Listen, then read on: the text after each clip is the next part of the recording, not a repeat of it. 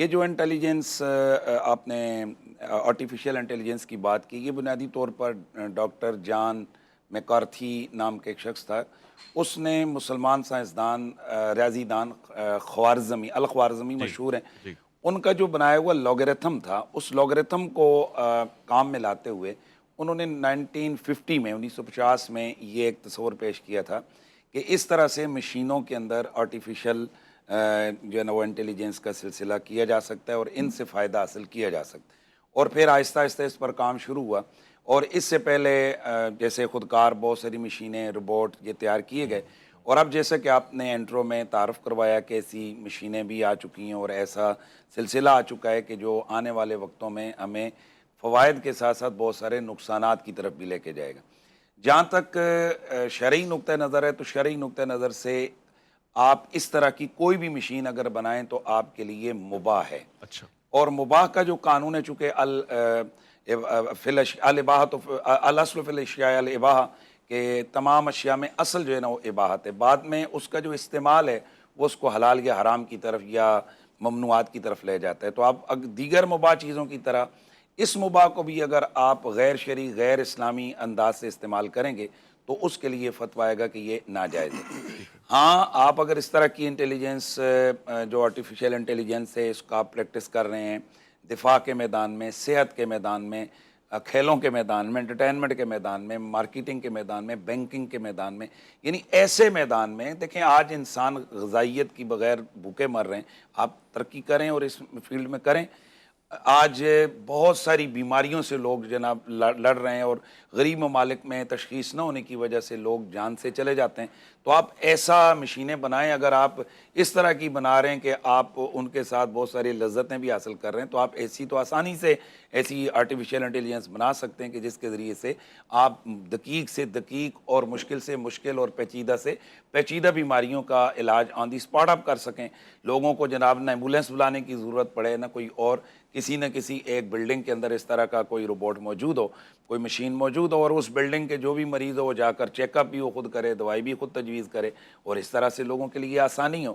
لیکن افسوس یہ ہے کہ انسان جو ترقی کر رہا ہے وہ انسانیت کی بھلائی کے لیے نہیں، بلکہ عموماً ہم نے دیکھا ہے کہ اس کے پیچھے اس کی خرابی ہی ہمیں the end of the day یا the end of the story نظر آتی ہے۔ ٹھیک ہے اب جو آپ نے کویشچن کیا ہے کہ اسلامک پوائنٹ آف ویو سے، تو ظاہر ہے جہاں اس کے فائدے ہیں جیسے میں نے پہلے عرض کیا ہے، تو اس کے نقصانات بھی ہیں۔ جس طرح سے کہ جزا اور سزا کا تعلق یہ انسان کے ساتھ ہے، اور اب جیسے آپ نے کہا کہ بھئی اس طرح تو ایک خطیب کو خطبہ دینے ہو جائے، علماء کی ضرورت ہی نہیں پڑے گی، ایک اس طرح کا روبوٹ بنا دیا اور اسی سے سوال پوچھے جائیں اور وہی تبلیغ کرے، وہی ٹیچنگ کرے، وہ سارا کچھ کرے، تو سوال یہ ہے کہ کیا اس میں یہ والا آپشن بھی شامل ہے کہ کسی جرنل کی ضرورت نہیں ہے، کسی کرنل کی ضرورت نہیں ہے، کسی جناب والا وزیر اعظم کی ضرورت نہیں ہے، کسی اور کی ضرورت نہیں ہے؟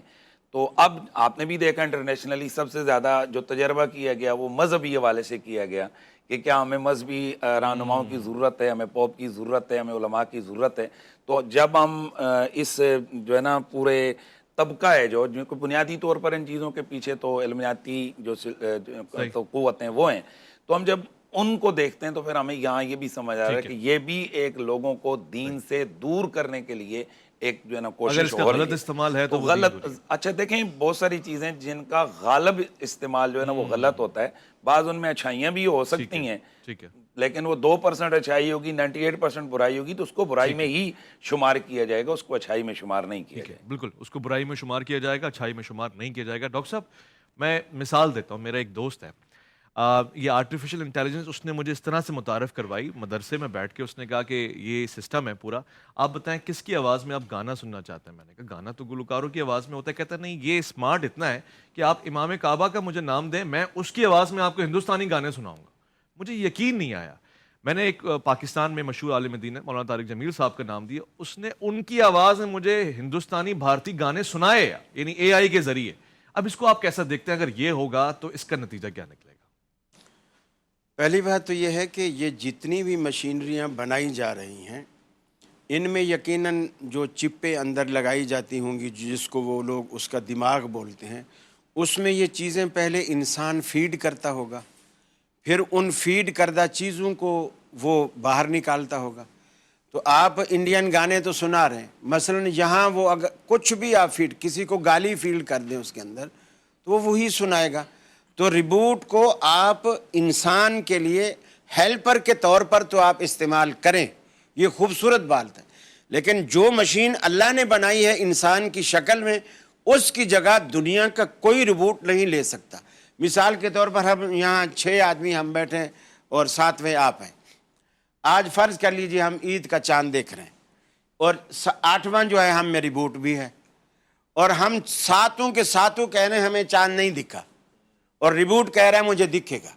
شریعت کہتی ہے نہیں دکھا، کیونکہ وہ اپنی آنکھوں سے دیکھنا ہے انسان. ہاں یہ ہمیں اجازت ہے کہ ہم دوربین اس آنکھ کے آگے لگا لیں اور پھر ہم دیکھنے کی کوشش کریں جیسا رویت ہلال والے کرتے ہیں، لیکن آنکھ یہی دیکھے یہ شرط ہے.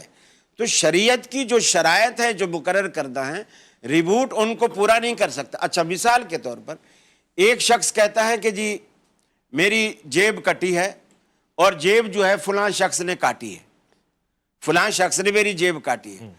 ہم کہتے ہیں ہم نے اس کو کاٹتے ہوئے نہیں دیکھا. ریبوٹ کھڑا ہوا ہے، ریبوٹ کہتا ہے میں نے دیکھا ہے. تو کیا جج اس کو چور تصور کرے گا اس ریبوٹ کی گواہی پر؟ ریبوٹ سے ہم اتنا فائدہ لے سکتے ہیں کہ مثال کے طور پر وہ تصویریں بھی بناتا ہے، وہ تصویریں بھی بناتا ہے تو ہم اس تصویر کو بطور ایک گواہ کے ہم پیش کر سکتے ہیں.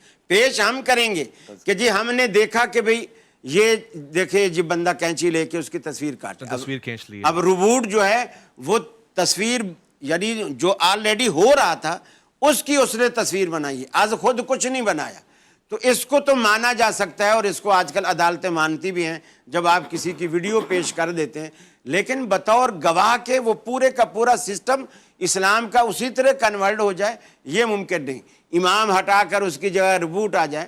حتیٰ کہ اب بھی کچھ لوگ کرتے ہیں، جیسے ان کا کہ لندن میں جو خطبہ ہوتا ہے وہ ان کے جہاں جہاں آفیسز اور جہاں جہاں ادارے ہیں وہ ہر جگہ وہ ٹی وی کی اسکرین آگے لگا لیتے ہیں، اسی خطبہ سنتے ہیں، اسی کی امامت پر وہ لوگ نماز پڑھتے ہیں.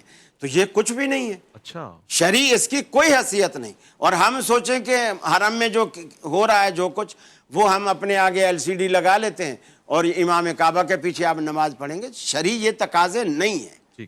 اور وہ تو ویسے ہم جو دیکھیں گے وہ تصویر ہے اور تصویر ویسے نماز میں آگے رکھنا ویسے حرام ہے چاہے جائے کہ ہم اس تصویر کو امام بنا لیں. تو بہت سارے شرعی قباحتیں ہیں جو ہم بس ان سے اپنی خدمت لے سکتے ہیں. ٹھیک ہے. مجھے چائے لانی ہے، مثال کے طور پر ایک ریبوٹ ہم نے کھڑا کر دیا. بیگم کہتی ہیں جب میں تمہارے کمرے تک آ کے ادھر کچن تک جا کر سارا دن چل چل کے میں تھک جاتی ہوں، چلو میں نے ایک ریبوٹ لے لیا. فیمیل روبوٹ، خاتون روبوٹ کوئی بھی ہو کوئی مسئلہ اس سے پردے کا اب وہ نہیں مڑے گا نا مسئلہ، وہ تو انسان ہے ہی نہیں. تو وہ جائے گا، وہ چائے اس کے ہاتھ میں پکڑا دے گی، وہ چائے لا کے ٹیبل پہ رکھ دے. اتنی خدمت لی جا سکتی ہے. یہ نہیں ہے کہ مجھے اٹھا کے میرے صوفے پہ بیٹھ جائے، اب میری حیثیت نوکر کی ہو جائے، وہ مالک بن کے بیٹھ جائے. ایسا نہیں ہو سکتا. ریبوٹ ریبوٹ ہی رہے گا. اللہ کی مشین کا مقابلہ دنیا کی کوئی طاقت نہیں کر سکتی. اگر ایسا ہوتا اللہ تعالیٰ نے دیکھو اتنے انبیاء بھیجے، سارے انسانوں میں بھیجے، انسانوں میں سے بھی مردوں میں بھیجے، الا رجالا نوحی الیہ. تو اللہ تعالیٰ نے خاص ملکہ دیا ہے انسان کو، پھر انسانیت میں مردوں کو. عورتیں بھی ہیں عقل والی بالکل ہیں، لیکن مردوں کا درجہ ان سے پھر بھی اللہ نے اوپر رکھا ہے. ریبوٹ تو بہت ہی 6 7ویں درجے پر کہیں آتے ہیں، ان کی تو کوئی حیثیت ہی نہیں. خوبصورت جواب دیا قاری صاحب نے. اگر ایسا دور آیا تو قاری صاحب کو جو روبوٹ گفٹ کیا جائے گا اس کو چند ایک نعتیں بھی سنا دی جائیں گی. وہ نعتیں سنائے گا قاری صاحب کو، یا رسول اللہ، اور اس وقت قاری صاحب پھر روبوٹ کے اوپر فتویٰ کیا. لیکن یہ بھی یاد رکھیں جس دن اگر اس نے شرکیہ نعت پڑھی تو قاری خلیل کا ہتھوڑا بھی پڑے گا. مفتی فضل سبحان صاحب، دلچسپ ایک واقعہ پیش آیا. لاہور کے ایک صاحب ہیں، ان کے حوالے سے کچھ دعوے ہیں کہ ایسا ایسا ایسا.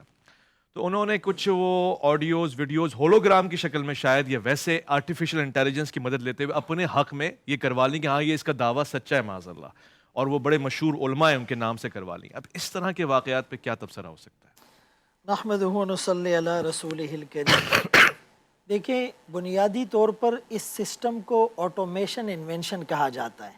جو نئی نئی ایجادات ہوتی ہیں اور جس کی طرف مفتی صاحب نے بھی اشارہ کیا کہ جو محمد بن موسیٰ الخوارزمی تھے تو بنیادی پرسیپشن ان کا پیش کیا ہوا تھا، بلکہ ابن عربی رحمۃ اللہ علیہ نے بھی ایک جگہ پر لکھا ہے کہ عالم جمادات کی جو اشیاء ہوتی ہے وہ باتیں کر سکتی ہیں، اور قرآن کریم ہی نے انسان کے لیے ریسرچ کا اور تحقیق کا دروازہ کھولا ہے، چونکہ انسانیت جو ہے وہ تو شرک کے اندر، بت پرستی کے اندر مبتلا تھی، اور انہوں نے تو ان اشیاء کو اپنا معبود اور خدا بنا رکھا تھا، کبھی سورج کو، چاند کو، ستاروں کو، سیاروں کو، احجار کو، اشجار کو۔ یہ جو انسان کو جرت عطا کی ہے نا کہ تم ان ساری چیزوں کو ٹکڑے ٹکڑے کر دو اور اس پر تحقیق کرو۔ هو الذی خلق لکم ما فی الارض جمیعا وسخر لکم ما فی السماوات وما فی الارض۔ تسخیر کسی چیز کی تب ممکن ہوتی ہے جب آپ اس چیز کو پیسز میں تقسیم کر دیتے ہیں تو پھر اس کے اسرار اور رموز کھلتے چلے جاتے ہیں۔ تو ایک بات تو دیکھیں، بنیادی طور پر اسلام نے ٹیکنالوجی یا سائنسی ترقی سے روکا نہیں ہے، بلکہ اپریشیٹ کیا ہے۔ مثال کے طور پر میکینیکل انجینئرنگ کا علم کہاں سے آیا؟ وَأَلَنَّا لَهُ الْحَدِيدَ وَعَلَّمْنَاهُ صَنْعَةَ لَبُوسٍ لَكُمْ۔ ووڈ انجینئرنگ کا علم کہاں سے آیا؟ وَاصْنَعِ الْفُلْكَ بِأَعْيُنِنَا وَوَحْيِنَا۔ اسی طرح سائنس کا علم علم آدم الاسماء کلها۔ ابن کثیر اور عربی مفسرین نے لکھا ہے کہ اس سے چیزوں کے صرف نام نہیں، اس کی ماہیت، اس کے خواص اور اس کی ساری چیزیں ما لہو اور ما علیہا مراد ہوتی ہے۔ تو بنیادی طور پر تو جس طرح علماء نے بات کی کہ بھائی اگر اس کا استعمال کسی جائز مقصد کے لیے ہے، حرام کام کے لیے نہیں، تو وہ جائز ہے۔ اب جو ہمارے سامنے ایک تحقیق آئی ہے کہ 40,000 کے قریب ریلیونٹ اس میں ایسا انفارمیشن اور کانٹینٹ ڈالا گیا جس کا تعلق مذہب کے ساتھ ہے، بلکہ یہ کہا جاتا ہے کہ جو A I worship is a new form of religion, یہ مذہب کی ایک نئی شکل کے طور پہ متعارف کروایا جا رہا ہے۔ تو اس کا سب سے جو بڑا نقصان ہے، ایک تو انسان کی جو تخلیقی صلاحیتیں ہیں وہ کم ہو جائے گی، اور انسان اسی پر انحصار کرنے لگ جائے گا، ایون کہ اپنے ضرورت پڑنے پر جائز کام بھی وہ نہیں کر پائے گا۔ دوسرا جو مقصد ہوتا ہے نا کہ یہ نئے فرقوں کو بھی تو جنم دے سکتی ہے۔ ایک ریسرچر نے یہاں تک لکھا کہ جب میں نے اے آئی سے سوال پوچھا کہ مجھے فلاں نبی کے بارے میں اس کی ڈیٹیل بتائی جائے تو اس نے انکار کر دیا کہ بھائی میرے پاس اس کی معلومات نہیں ہے۔ میں نے اسی سوال کو بدل کر جب پوچھا کہ ایک نیا نبی اگر آئے تو وہ کیا بات کرے گا، اس نے نیا نبی، اس کی تعلیمات، اس کی ساری چیزیں میرے سامنے پیش کر دی۔ تو یہ مفتی صاحب نے بہت ریلیونٹ بات کی ہے کہ بھائی آپ ہر چیز کا تعلق اور تانا بانا مذہب کے ساتھ کیوں جوڑتے ہیں؟ آپ علماء ہی کو مطعون یا علماء کے خلاف کیریکٹر ایسیسینیشن کیوں کرتے ہیں؟ تو جس طرح ہم اس سے اپنی ضروریات اور مصنوعات کا فائدہ لے سکتے ہیں، مثال کے طور پر ہم ایگریکلچر ڈپارٹ میں اس سے یہ فائدہ لیتے ہیں کہ زمین کا سوئل ٹیسٹ ہوتا ہے کہ یہاں پر زراعت اگائے گی یا نہیں، ہم وہ کر سکتے ہیں۔ ہم مارکیٹنگ میں ڈیٹا انالائسس کرنا چاہے اور یا ہم پروڈکٹس کی ڈیمانڈ کو معلوم کرنا چاہے وہ تو ہم کر سکتے ہیں، یا ہم آرٹیفیشل جو بارش ہوتی ہیں یا ایک سینٹرل پیوٹ ایریگیشن سسٹم جو ہوتا ہے جو بعض کھیتوں میں لگا ہوتا ہے وہ تو ہم فائدے اس سے لے سکتے ہیں، لیکن جہاں اس کا ٹکراؤ مذہب سے ہوتا ہے، جہاں اس کا ٹکراؤ مذہبی تعلیمات سے ہوتا ہے، اور وہ عقل جب وہی کے مقابلے میں آ جاتی ہے تو جہاں سے وہی شروع ہوتی ہے اس کے بعد ہم عقل کو خیر آباد کہہ دیتے ہیں، عقل کی کسی بات کا اعتبار نہیں ہوتا۔ تو ایسے تمام مسائل میں علماء اب تک کوئی واضح اور دو ٹوک فتویٰ تو نہیں لگا رہے، لیکن وہ آپ کو یہ ضرور کہہ رہے ہیں کہ آپ نے علماء سے ان ٹچ رہنا ہے، علماء سے رہنمائی لینی ہے، چونکہ قرآن کریم کی ایک آیت میں جو بنی اسرائیل کے لیے وعید آئی ہے اور ان پہ جو لعنت آئی ہے، کیوں آئی ہے کہ وہ گمراہ کیوں ہوئے؟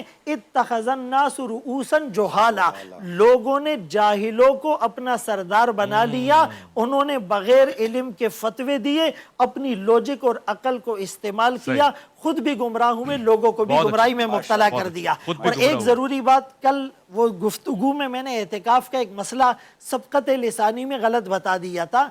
احناف کے ہاں اعتکاف رمضان کا ہو یا نظر کا اعتکاف ہو جو واجب ہو جاتا ہے، ان دونوں کے لیے روزہ رکھنا شرط ہوتا ہے۔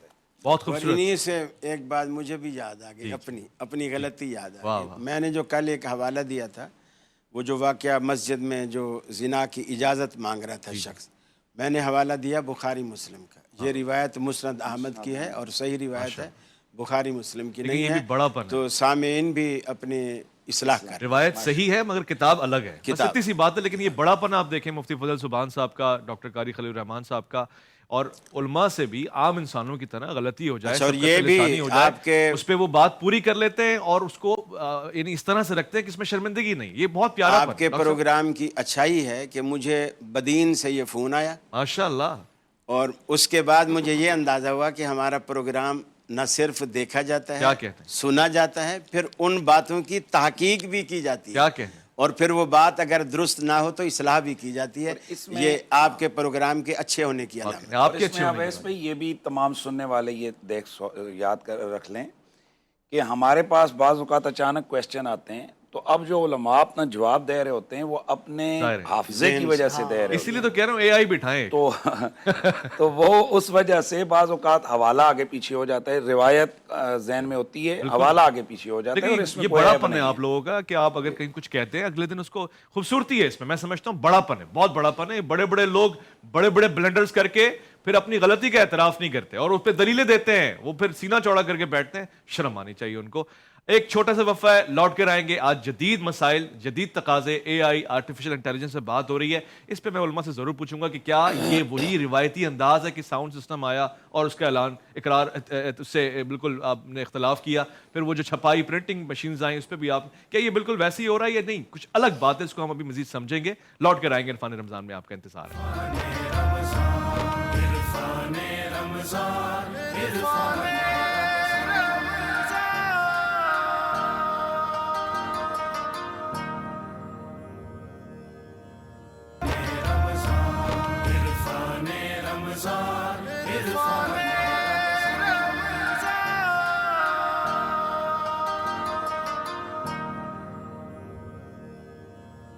خوش آمدید. یہ عرفان رمضان کی خوبصورت سی نشریات جس میں الف لام میم کی یہ نشست سجی ہوئی ہے، اور انتہائی ضروری، انتہائی میں سمجھتا ہوں کہ مستقل ادوار میں آنے والا یہ موضوع جس کا میں اور آپ ظاہر نشانہ بنیں گے. اللہ نے اگر زندگی دی تو ہمیں ان مسائل کو دیکھنا بھی ہوگا. آج سے اگر ہم تیاری کرتے ہیں تو ہمیں بہت ساری چیزیں آسان نظر آئیں گی. جاپان میں بھی ایک شخص نے، ایک مرد نے ایک خاتون کے ساتھ شادی کی جو اے آئی کے اوپر بیس کرتی ہے. وہ اس کے ساتھ چلتی ہے، پھرتی ہے، بیٹھتی ہے، بات کرتے ہیں، سیاسی امور کے اوپر تبادلہ خیال ہوتا ہے، مذہبی چیزیں ڈسکس ہوتی ہیں، اس کے علاوہ کھیل کود میں ساتھ ہوتی ہے. یعنی ایک عجب بات ہے. اگر آنے والے دور میں ایسے ہی چلتا رہا تو یہ کہا جا سکتا ہے کہ آس پاس میٹاورس دنیا میں وہ تمام چیزیں روحوں کی شکل میں چل رہی ہوں گی. شاید وہ جو ہم سے چلے گئے دور وہ بھی اس طرح سے آ جائیں گے سامنے کہ ان کا ایک وجود کہیں نہ کہیں سے نظر آئے گا. اب اس کو کس طرح سے دیکھ رہے ہیں مفتی نوید عباسی صاحب، اس سے پوچھنا چاہوں گا. اور یہ ضرور پوچھوں گا کہ کیا یہ وہی مزاج ہے کہ جب ہمارے پاس لاؤڈ سپیکر آیا ہم نے اس کی ممانعت کی شروع میں، اور پرنٹنگ پریس کی ممانعت کی، اسی طرح سے ہم اس سے بھی بچا رہے ہیں لوگوں کو کہ ہم لیٹ تو نہیں ہو جائیں گے، دوسرے اس میں آگے تو نہیں نکل جائیں گے؟ نحمد و نصلی علی رسول الکریم، اما بعد، بسم اللہ الرحمن الرحیم. یہ اویس ربانی صاحب، آج کل جو بات کی جاتی ہے کہ پرنٹنگ پریس کا زمانہ، لاؤڈ اسپیکر کا زمانہ، علماء ان چیزوں کو سمجھے نہیں، اور بعد میں انہوں نے اس کو کرنسی نوٹ کو بھی آپ لے لیں تو بعد میں انہوں نے جواز کا کال کیا. اصل میں علماء کسی کام میں عجلت سے کام نہیں لیتے، جلدی نہیں کرتے. وہ تحقیق کرتے ہیں، وہ ریسرچ کرتے ہیں کہ آیا اس کے جواز کی بات اگر ہم کریں گے، ایک نئی چیز ہمارے سامنے آئی ہے تو ہم جواز کس بات پر کریں گے. وہ پوری ریسرچ اور تحقیق کے بعد انہوں نے اس کے جواز کی بات کی، اور شروع میں کسی نے اس کو حرام نہیں قرار دیا، یہ کہا کہ اجتناب کیا جائے. جیسے ابھی یہاں پہ اس ٹیکنالوجی کے حوالے سے، اے آئی کے حوالے سے بات کی جا رہی ہے کہ بھئی یہ آپ اس سے فائدہ حاصل کر سکتے ہیں، لیکن سوچنے اور سمجھنے کی بات اس لمحے ہمارے لیے یہ ہے کہ جس طرح آپ کہہ رہے ہیں کہ شادی اس سے ہو گئی اور وہ ساتھ بیٹھ کے کھانا کھا رہی ہے اور یہ سارے معاملات، اور دوسری طرف عورت مرد سے شادی کر رہی ہے، تو کیا یہ ہم انسان کا جو فطرتی نظام ہے دھڑام سے اس کو زمین پر تو نہیں گرا دیں گے، سب کچھ ملیا میٹ تو نہیں ہو جائے گا؟ یہ سوچنے کی بات. اور پھر غیر فطری طور پر کوئی کام کیا جا سکتا ہے، اس کی شریعت نے مطلقاً ممانعت کی ہے کہ ایسا کوئی عمل نہیں کیا جا سکتا. شادی کے لیے تو آپ عورت سے شادی کریں گے اور اس کے باقاعدہ جو ہے نا وہ شرعی طور پر احکام موجود ہیں. تو اس لیے یہ چیزیں اور یہ جو علماء کرام نے ابھی آپ کے سامنے گفتگو کی کہ اس کو فائدے کے لیے، یعنی انسان اپنے فائدے کے لیے تو اس کو استعمال کر سکتا ہے، لیکن نہ تو اس کو نقصان کے لیے استعمال کیا جا سکتا ہے، اور نہ اس کے اندر وہ جو خرابیاں ہیں، قباطیں ہیں، ان کے ساتھ جو ہے وہ اس کو رکھا جا سکتا ہے۔ لیکن اس موقع پر میں آپ سے اجازت لیتے ہوئے یہ بات جو ہے نا وہ ضرور عرض کرنا چاہتا ہوں کہ یہ جو سسٹم اس وقت جو ہے نا وہ چل نکلا ہے، اور طرح طرح کی جو ہے نا وہ چیزیں ہمارے سامنے آ رہی ہیں کہ جناب اس وقت یہ ہو جائے گا اور یہ ہو جائے گا اور فلاں کی شکل میں، اور جیسے ابھی یہاں نبوت کی بات ہوئی ہے کہ جی آگے وہ جو ہے نا وہ آنے والے کسی نبی کی خبر دے گا معاذ اللہ، تو یہ چیزیں کیا ہیں؟ یہ میرا ایک سوال بھی ہے کہ یہ جو سائنسدان ہیں جو یہ چیزیں بنا رہے ہیں، تو یہ سائنسدان سب سے پہلے اس کو اپنے اوپر کیوں نہیں پیش کرتے؟ کسی امریکی پریزیڈنٹ کے اوپر کیوں نہیں پیش کرتے؟ آخر تمام مذاہب کے حوالے سے، یعنی وہ مذہب مسیحیت ہو یا وہ یہودیت ہو یا وہ اسلام ہو، اس کے حوالے سے ہی وہ یہ تجربے کیوں کرتے ہیں؟ اور پھر مجھے یہ بات بھی کرنی ہے کہ یہ جو ہمارے معاشرے میں صرف یہ تمام تر چیزیں کہ یہ علمائی دقیانوس ہیں، یہی چیزیں نہیں جانتے، یہی نہیں سمجھتے، اور اسی بنیاد پر پھر سوشل میڈیا پر اور ان چیزوں کو دیکھیے جی مولوی تو جو ہے نا وہ ان باتوں کو سمجھتے نہیں ہیں، یہ تو ہیں ہی بے وقوف، یہ جاہل ہیں، یہ کیا ہے؟ یہ میں یہ سمجھتا ہوں کہ یہ ساری چیزیں لوگوں کو دین سے دور کرنے کے لیے، دین بیزار کرنے کے لیے ہو رہی ہیں، اور اس کے ساتھ ساتھ یہی چیزیں یہ چیزیں جو یہ روبوٹس وغیرہ بن رہے ہیں نا، ہر آدمی کا اپنا نقطہ ہے، میں یہ سمجھ رہا ہوں کہ یہ ہمیں مزید الحاد کے قریب کریں۔ اچھا، بڑا حیران کن انکشاف آپ نے کیا ہے، اور ظاہر اس پہ حیرت بھی ہے۔ علامہ صاحب، ایسا کیوں نہیں ہوتا کہ جو روبوٹک دنیا آنے والی ہے اس کو آپ اپنے کام کے لیے، تبلیغ دین کے لیے استعمال کریں، یہ مذہبی کانٹینٹ کی نشر و اشاعت کریں؟ اس کا ایک غیر روایتی چیز پہ غیر روایتی انداز نہیں ہے، روایتی انداز کیوں ہے؟ بسم اللہ الرحمن الرحیم۔ ہمارے علماء کرام نے اپنا اپنا نقطہ نظر پیش کیا ہے، اور اچھا پیش کیا ہے اپنے فہم کے مطابق۔ دیکھیے، یہ کائنات انسان کے لیے خلق کی گئی ہے، اور انسان کے سامنے ایک دعوت ہے کہ اس کائنات کو تم نے مسخر کرنا ہے، اور وہ جو تسخیر کائنات ہے اس میں ابتدا انبیاء سے ہوئی ہے۔ جتنے بھی علوم انسانوں کے سامنے منکشف ہوئے ہیں ان کا منبع اور مصدر انبیاء ہیں، وہی ہے، اللہ کی ذات ہے، اور اس کے بعد پھر اس سے آگے رستے نکالنا انسان کے ہاتھ میں ہے۔ اس لیے کہ اللہ تبارک و تعالیٰ نے انسان کو اس صلاحیت سے نوازا ہے کہ اس عالم کو کشف کر سکے۔ یہ جو کشف عالم کا سلسلہ ہے، تسخیر عالم کا سلسلہ ہے، اس نے رکنا نہیں ہے، اس نے مسلسل آگے بڑھنا ہے۔ ہر آنے والی نسل پچھلی نسل کی نسبت فکری، شعوری اور تحقیق کے اعتبار سے کئی فرلانگ آگے ہوتی ہے، اور اس سے اگلی نسل اس سے بہت زیادہ آگے ہوتی ہے۔ پچھلی نسلوں کی نگاہ میں آج کی ترقی اگر دکھا دی جائے تو وہ بیچارے پاگل ہو جائیں، اور آج کی نسل جتنی ترقی کر چکی ہے، اگر 100 سال بعد کی ترقی کو آج کی نسل کے سامنے ابھی رکھ دیا جائے نا تو ہمیں سمجھ نہیں آئے گی۔ اس لیے کہ انسان فکری حوالے سے ارتقاء کی طرف محو سفر ہے، اور اس سفر میں آگے بڑی چیزیں آنی ہیں۔ اس لیے پہلی بات تو یہ ہے کہ اسلام کا مزاج انکار کا نہیں ہے، اسلام قبول کرتا ہے، ایکسیپٹ کرتا ہے تحقیق کو اور آنے والی اس انکشاف کو اور تسخیر کو۔ اس لیے جو چیزیں سامنے آئیں گی، اب یہ جو جس موضوع کو انٹیلیجنس کے حوالے سے، آرٹیفیشل انٹیلیجنس کے حوالے سے، اس کو ہم نے کچھ چیزوں میں ابھی اپنی گفتگو میں محدود کر دیا ہے۔ یہ اس محدود تصور کو ہم آرٹیفیشل انٹیلیجنس نہیں کہتے۔ آرٹیفیشل انٹیلیجنس کا مطلب یہ ہے کہ وہ ذہانت جو خود انسان کے اندر استعداد کے طور پر موجود ہے، آپ ایک مشین میں پیدا کر دیں، یعنی ایک باکمال انسان، با استعداد انسان جس فیلڈ میں جو کچھ کر سکتا ہے وہی صلاحیت ایک مشین میں پیدا کر دیں، اور وہ مشین وہی کام کرنے لگے۔ اس مشین میں آپ تجزیہ اور تحلیل کی صلاحیت پیدا کر دیں، سوچنے کی صلاحیت پیدا کر دیں، موجود معلومات کو ایک دوسرے سے نتھی کر کے نئے نتائج استنباط اور استخراج کرنے کی صلاحیت پیدا کر دیں۔ اب یہ کون سا ایسا فیلڈ ہے جہاں پر انسان یہ کام نہیں کرتا؟ لہٰذا اگر آپ اس اعتبار سے دیکھیں تو دوسرے لفظوں میں ایک مشینی انسان کی بات ہو رہی ہے، جو مشین ہو لیکن انسانی صلاحیتوں سے آراستہ ہو۔ اب وہ کون بنائے گا؟ انسان ہی بنا رہا ہے۔ اس کا مطلب یہ ہے کہ حاکم انسان ہی ہے، اور اس مشین کو بھی اگر ترقی ملنی ہے اور اس میں مزید استعداد اور صلاحیتوں میں اضافہ کرنا ہے تو وہ اسی انسان نے کرنا ہے. اس لیے انسان کو اس سے خوفزدہ نہیں ہونا چاہیے. انسان غالب مخلوق ہے اور باقی تمام چیزیں مغلوب ہیں. ہاں ہر چیز کی سائیڈ ایفیکٹس ہوتی ہیں, اس کے منفی پہلو ہوتے ہیں. جو منفی پہلو ہوتے ہیں وہ کیا انسان میں نہیں ہے؟ انسان قاتل بھی ہے, زانی اور بدکار بھی ہے, لیکن نیک اور ولی خدا بھی ہے. تو کیا اس کی ان برائیوں کی وجہ سے اس انسان کی نفی کی جاتی ہے؟ نہیں, ایسا نہیں ہے. اسی طرح سے آنے والے زمانے میں اس انٹیلیجنس کے ذریعے سے جو کام کیے جائیں گے وہ بنیادی طور پر انسانیت کی ارتقاء کا ضامن ہے اور انسان کو ایک بہتر زندگی فراہم کرنے کے لیے ہے, اور ساتھ میں اس عالم کو انسان کے ہاتھوں مسخر کرنے کے لیے ہے. لہٰذا نہ اسے خوفزدہ ہونے کی ضرورت ہے, نہ پریشان ہونے کی ضرورت ہے. ہاں اس کے لیے ابھی سے مسلمانوں کو, مسلمانوں کے مراکز کو, علمی دنیا کو, تعلیمی اداروں کو اس حوالے سے اپنے آپ کو اس کے ساتھ ہم آہنگ کرنے کی ضرورت ہے.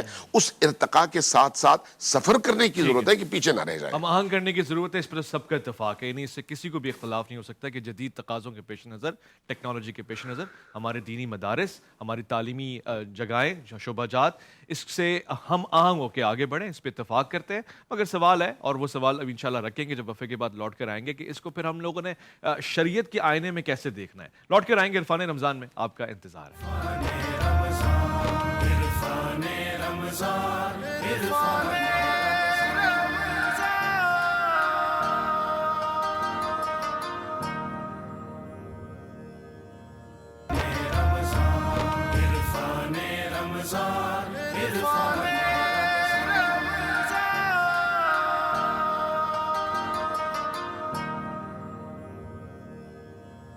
پیش ہو تو جیسے چاہے جس جگہ کے سامنے, باادب لیکن نظر آ مصطفیٰ کے سامنے, باادب لیکن نظر آ مصطفیٰ کے سامنے. پیش ہو تو جیسے چاہے جس جگہ کے سامنے, اور ہر زمانہ روشنی کی بھیک لینے کے لیے, ہر زمانہ روشنی کی بھیک لینے کے لیے ہے کھڑا قاصا بکف غار ہرا کے سامنے. پیش ہو تو جیسے چاہے جس جگہ کے سامنے. اور شعر سنیے کہ جو دیے ہم نے جلائے تھے بنا میں پنجتن, جو دیے ہم نے جلائے تھے بنا میں پنجتن, جل رہے ہیں سینہ تانے وہ ہوا کے سامنے. پیش ہو تو جس طرح چاہے جگہ کے سامنے, اور تاج میرا جو امامت آپ کے سر پر سجا, مسجد اقصیٰ میں سارے انبیاء کے سامنے. پیش ہو تو جیسے چاہے جس جگہ کے سامنے, اور آخری اور حاصل کلام کہ شیبہ، بڑا لطیف شعر علماء کی نظر، شیبہ و اتبا کھڑے تھے بھیگی بلی کی طرح، شیبہ و اتبا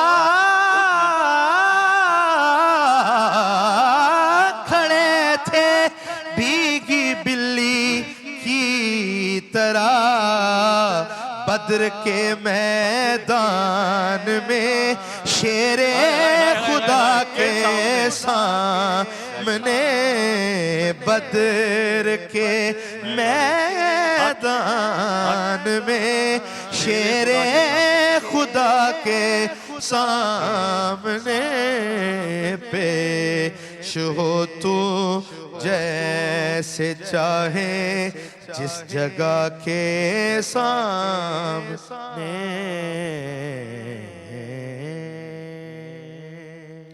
سبحان اللہ سبحان اللہ، پروردگار کا یہ خاص کرم ہے۔ جب یہ حوالہ دے رہے تھے آنے والے دنوں میں انشاءاللہ 17 رمضان، اس سے آگے غزوہ بدر کا بھی ذکر ہوگا۔ رمضان الکریم میں اتنی بہاریں ہیں، اتنے مواقع ہیں خدا کو یاد کرنے کے لیے، اس کی نعمتوں کا شکر ادا کرنے کے لیے، کہ اگر ہم خود احساس نہ کریں اور بالکل متوجہ ہی نہ ہو، پھر تو ہماری اپنی غفلت ہے، تباہی ہے اس میں۔ ایک ایک موقع ایسا ہے کہ جس میں آپ کو سیکھنے کا ملتا ہے۔ میں نے آج لائیو کالز بھی لینے اور ساتھ میں ظاہر ہے ہمارے پاس کویسچنز جو ویڈیو کی صورت میں آتے ہیں واٹس ایپ کے اوپر، وہ بھی یقیناً تیار ہیں، اور علماء کرام کی اجازت سے ہم سوال جواب کا سلسلہ شروع کرتے ہیں۔ الف لام میم میں آپ کے سوالات کیا ہیں، آئیے چل کے دیکھتے ہیں۔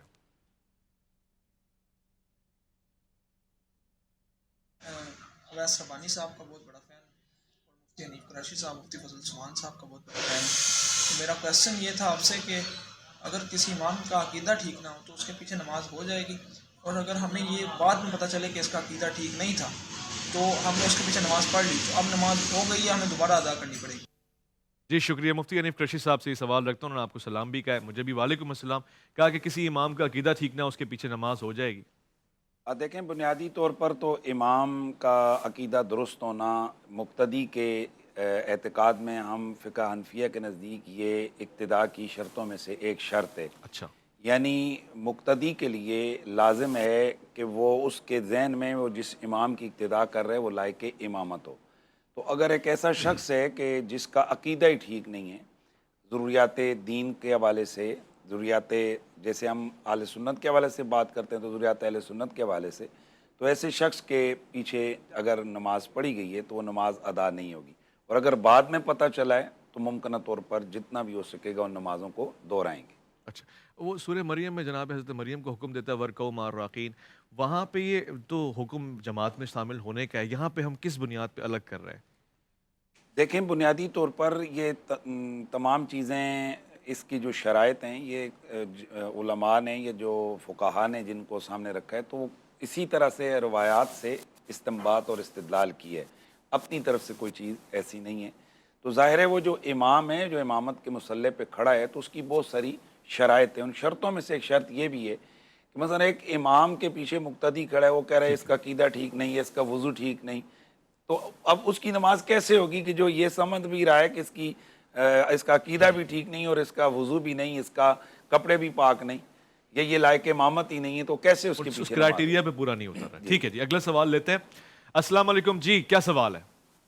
اس سے تمام علماء اکرام کو بہت بہت سلام اور رمضان مبارک۔ میرا تمام علماء اکرام سے یہ سوال ہے درود شریف کے متعلق۔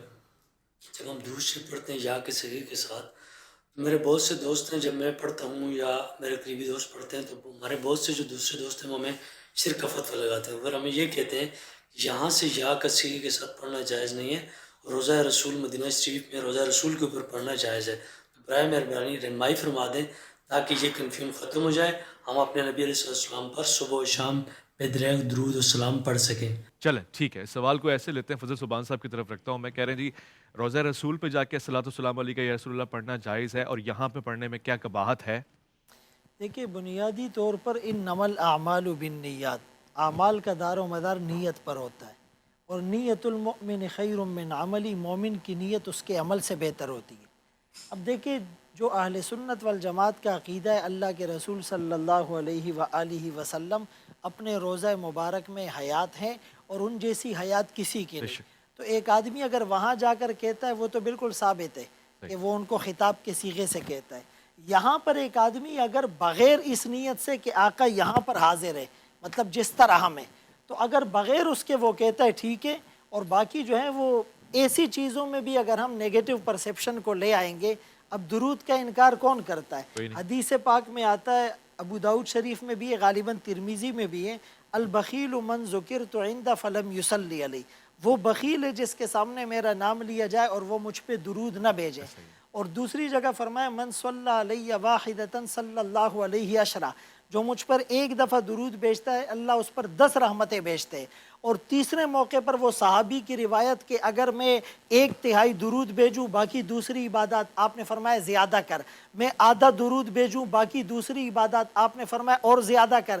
اس نے آخر میں کہا میں درود ہی درود پڑھتا رہا. آپ نے فرمایا تیرے سارے مسئلے حل ہو گئے، تیری بخشش یقینی ہو گئی. تو انور شاہ کشمیری رحمۃ اللہ علیہ اور یہ اکابر تو پوری زندگی آقا کا نام بھی بغیر وضو کے نہیں لیا. تو درود شریف پڑھے، محبت سے پڑھے، یا ایھا الذین آمنوا صلوا علیہ وسلموا تسلیما ان اللہ وملائکتہ یصلون علی النبی. پھر درود کے اپنے بہت سے الفاظ ہیں اور ہر آدمی محبت میں پڑھتا ہے، اس کو پڑھتا رہے. اور جیسے کہ مفتی صاحب نے فرمایا ایک جگہ پہ تو حضرت جبریل نے دعا کی ہے ان لوگوں کے ہلاک ہو جانے کے لیے جب آقا کا نام آئے اور وہ درود نہ پڑھے. ایک مختصر سا وقفہ ہے، لاہور کی اذان کی طرف جائیں گے، لوٹ کر آئیں گے، سوال جواب کا سلسلہ انشاءاللہ جاری رہے گا.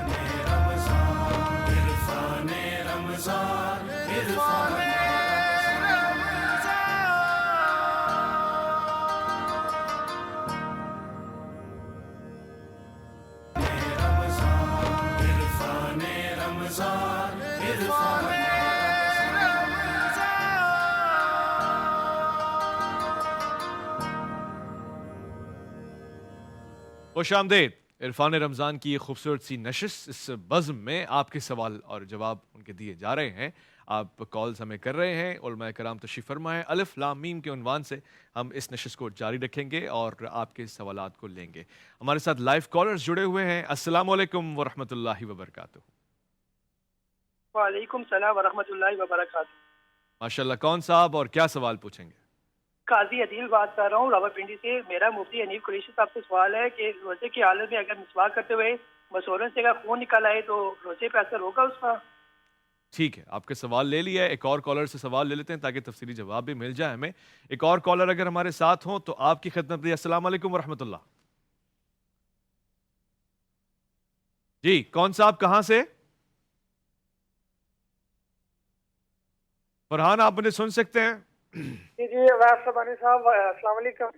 وعلیکم السلام. فرحان صاحب آپ غالباً گجرانوالہ سے ہیں، کیا سوال پوچھیں گے؟ جی میرا سوال علامہ امین شہدی صاحب سے ہے. یہ جو غیر اللہ سے ہم مدد طلب کر سکتے ہیں، جو لوگ ہم یا علی مدد کہہ پکارتے ہیں، یا روزوں پہ جا کے امام حسین کے روزے پہ جا کے، یا حضرت غازی عباس کے علم کے نیچے جو لوگ ہم دعا کرتے ہیں، وہ ماننا جائز ہے؟ اس کے سلسلے میں تھوڑی سی رہنمائی فرما دیجیے گا. ٹھیک ہے، آپ کا سوال لے لیا ہے. اب تحمل کے ساتھ انشاءاللہ جوابات کی طرف آئیں گے. سب سے پہلے مفتی صاحب آپ سے سوال پوچھا گیا تھا، وہ سوال اگر برش کرتے ہوئے یا مسواک کرتے ہوئے منہ سے خون وغیرہ آ جائے اور وہ حلق سے نیچے نہ اترے تو اس سے روزے پہ کوئی فرق نہیں پڑے. کوئی فرق نہیں پڑتا، واضح ہو گیا. علامہ صاحب دوسرا سوال آپ سے پوچھا گیا تھا، وہ روزوں پہ جاتے ہوئے، زیارات پہ جاتے ہوئے، یا اس کے علاوہ بھی جو مدد کا تصور ہے اس پہ ذرا. بسم اللہ الرحمن الرحیم. دیکھیے یہ ایک حساس موضوع ہے اور انتہائی اہم موضوع بھی ہے. بعض اوقات لوگوں کو غلط فہمی ہوتی ہے کہ کسی انسان سے مانگنے کا مطلب اللہ کی نفی ہے، اور اسی بنیاد پر پھر شرک کے اور بدعت کے اور باقی فتوے لگتے ہیں.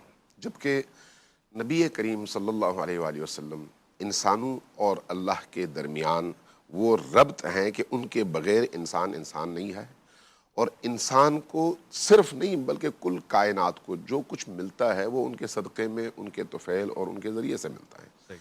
اس اعتبار سے اگر خود نبی کریم یا آل نبی یا وہ ہستیاں جو اولیاء اللہ میں سے ہیں، اگر ان کے اور اللہ کے رشتے کو دیکھیں آپ، تو ہم قرآن کریم میں ان کے حوالے سے یہ پڑھتے ہیں کہ اللہ تبارک و تعالیٰ نے ان کو اذن شفاعت دی ہے. انسانوں کی دعاؤں کی قبولیت کا ذریعہ یہ ہستیاں بنتی ہیں. اس لیے ان ہستیوں کو اللہ کی طرف سے معزون سمجھ کر، اجازت یافتہ سمجھ کر اللہ کی طرف سے ان کو دی گئی عطاؤں کو سامنے رکھتے ہوئے ان سے جب مانگا جائے تو وہ ان سے مانگنا نہیں ہے، اللہ سے مانگنا ہے. یعنی یہاں پر اللہ کی نفی نہیں ہے، بلکہ ان کو اپنے اور اللہ کے درمیان واسطہ سمجھ کر ان سے مانگنا ہے. تو گویا وہ مستقل نہیں ہے، بلکہ اللہ کی دی گئی نعمتوں میں سے ہمیں عطا فرماتے ہیں. اس بنیاد پر جب کسی نبی کی بارگاہ میں، کسی ولی کی بارگاہ میں، کسی امام کی بارگاہ میں، کسی ایسی عظیم شخصیت کی بارگاہ میں جو اللہ کی ذات میں جس کی رضا گم ہو چکی ہو، جس کا ہر عمل اللہ کا عمل کہلائے، تو وہاں پر آپ اگر ان سے اس حوالے سے اس عقیدے کے ساتھ مانگتے ہیں کہ یہ اصل میں ان سے نہیں بلکہ اللہ سے مانگ رہا ہوں، اور یہ بھی جو دے رہے ہیں وہ اللہ سے لے کر دے رہے ہیں، میں چونکہ اپنے عمل کے اعتبار سے کمزور ہوں اور گناہگار ہوں، میری بات اللہ اتنی جلدی نہیں مانے گا جتنی جلدی ان کی بات مانتا ہے. اس بنیاد پر میں ان کو جب اپنے اور اللہ کے درمیان شفیع بناتا ہوں اور ان کو واسطے یہ فیض قرار دیتا ہوں، تو یہ نہ صرف توحید کے منافی نہیں ہے بلکہ عین توحید ہے اور اللہ کی عبودیت ہے اور اللہ کے ان عظیم بندوں کی تکریم ہے. اس لیے اس میں کوئی حرج نہیں ہے. واضح ہو گیا. اور سوالات کی طرف چلتے ہیں. جی ایک اور کالر ہمارے ساتھ جڑے ہوئے ہیں. السلام علیکم ورحمۃ اللہ. وعلیکم السلام. امجد بات کر رہا ہوں کراچی سے. جی امجد صاحب کیا سوال پوچھیں گے الف لام میم میں؟ ہاں جی میرے دو سوال ہیں. ایک تو یہ علماء کرام سے پوچھ رہے ہیں کہ امام کے پیچھے فاتحہ پڑھ سکتے ہیں؟ جو فرض فجر کی نماز میں تو امام بلند آواز سے پڑھتا ہے اس ٹائم، اور جس میں وہ بلند آواز سے نہیں پڑھتا تو پیچھے فاتحہ پڑھ سکتے ہیں؟ اور دوسرا سوال یہ ہے کہ جو مزاروں پہ جو ہم منت مانتے ہیں کہ ہمارا یہ کام ہو گیا تو ہم اتنا بکرا ذبح کریں گے یا لوگوں کو کھانا کھلائیں گے، کیا شریعت میں یہ جائز ہے یا نہیں؟ ٹھیک ہو گیا. میں نے دونوں سوال لے لیے. ایک اور کالر ساتھ میں لے لیتا ہوں تاکہ 3 سوالوں کو میں ایک ساتھ پوچھ لوں. السلام علیکم ورحمۃ اللہ. تعالی سندھ سانگڑ. جی خیریت سے ہیں؟ ٹھیک ٹھاک ہے الحمدللہ سر. آپ سنائیں کیسے ہیں؟ ٹھیک ٹھاک ہے کرم مالک احسان. سوال کیا پوچھیں گے؟ سر پہلے تو آپ کے لیے بہت سلام. ماشاءاللہ آپ الف لام میم بہت ہی بہترین طریقے سے کر رہے ہیں. تمام مکاتب کے علماء کرام کو آپ نے ماشاءاللہ سر بٹھایا ہوا ہے. طاہا علی گجرانوالہ سے نہیں سانگڑ سے سر. ہاں جی سانگڑ سے ہیں آپ. Thank you. آئے ہو آواز اچھے پہ گل آئے ہو. سوال پوچھی بٹو. جی سر پہلے تو میری جو گفتگو ہے زین بھائی سے کروا دیں. میں بہت بڑا فین ہوں ان کا اور ان سے کلام کی فرمائش کرنی ہے. اچھا سوال بھی کوئی پوچھنا ہے؟ نہیں زین بھائی تو سن رہے ہیں آپ کو. زین بھائی وعلیکم السلام کہتے ہیں. جی زین بھائی سے. زین بھائی آپ کا بہت بڑا فین ہوں اور آپ کو بہت چاہتا ہوں. اللہ پاک آپ کو سلامت رکھے، آباد رکھے. اور آپ سے کلام کی فرمائش ہے کہ فکر و فن صرف علی ہیں یا علی کے بیٹے؟ اگر سنا دیں تو بڑی مہربانی ہوگی. چلیں انشاءاللہ اگلی نشست میں وہ رکھ لیں گے. بہت شکریہ آپ کا سانگڑ والے بھائی، بہت شکریہ. میں کیڈٹ کالج سانگڑ سے جڑا ہوں، پڑھا ہوں وہاں سے. ظاہر تو آپ میرے اس علاقے سے ہیں. مفتی صاحب سے بلکہ قاری صاحب سے میں سوال لے لوں. آج وہ 2 سوال جو آئے اہم سوالات ہیں، اگر آپ اس کی طرف متوجہ. وہ پہلا سوال کیا تھا؟ ایک تو مزار پہ جانے والا سوال تھا، دوسرا امام کے پیچھے فاتحہ کو پڑھنا کیسا ہے؟ پھر تو اب نہیں بچ سکیں گے. اب بتائیں میں جواب دوں یا انہی سے لے لیں؟ آپ ایسی بات نہیں، آپ اپنے حساب سے جواب دے دیں. کوئی آپ اپنے مکتب فکر کی رہنمائی کر رہے ہیں کہ بھائی ہم فاتحہ والا پہلے بتا دیں. وہ پہلے آپ اپنا کر لیں، نظر نیاز ہم بیان کریں گے. نظر نیاز یہ بالکل اللہ کے لیے خاص ہے. یہ عبادت ہے اور عبادت اللہ کے لیے خاص ہے. آپ مزار کے لیے، مزار والے کے لیے، آپ دیکھیے حضرت مریم علیہ السلام کی والدہ نے نظر مانی تو انہوں نے بھی اللہ کے لیے مانگی. لَكَ مَا فِي بَطْنِي مُحَرَّرًا، اللہ کے لیے. مریم علیہ السلام نے خود نظر مانی، انی نظرت للرحمن صوما، وہ بھی اللہ کے لیے مانگی. نظر نیاز غیر اللہ کے لیے نہیں ہے. اگر وہاں جا کے کالے بکرے سفید بکرے اگر مزاروں پہ جا کے کٹتے ہیں تو یقیناً ہمارے نزدیک وہ شرک کے دائرے میں آتے ہیں، وہ نہیں آتا. اور دوسرا اسی طرح غیر اللہ کو پکار بھی، دعا اور پکار بھی ایک عبادت ہے. اور اللہ خود کہتا ہے قال ربکم ادعونی استجب لکم، میرے بندو مجھے پکارو میں تمہاری دعا کو پکار کو سنتا ہوں، قبول کرتا ہوں. ان الذین یستکبرون عن عبادتی سیدخلون جہنم داخرین، جو میری عبادت سے اور میری دعا سے پکار سے تکبر کرتے ہیں، شرماتے ہیں، میرے آگے ہاتھ اٹھانا بھی پسند نہیں کرتے، ان قریب وہ وقت دور نہیں کہ ہم ذلیل و خوار کر کے لیے دوزخ رسید کریں گے. تو لہٰذا عبادت ہمیشہ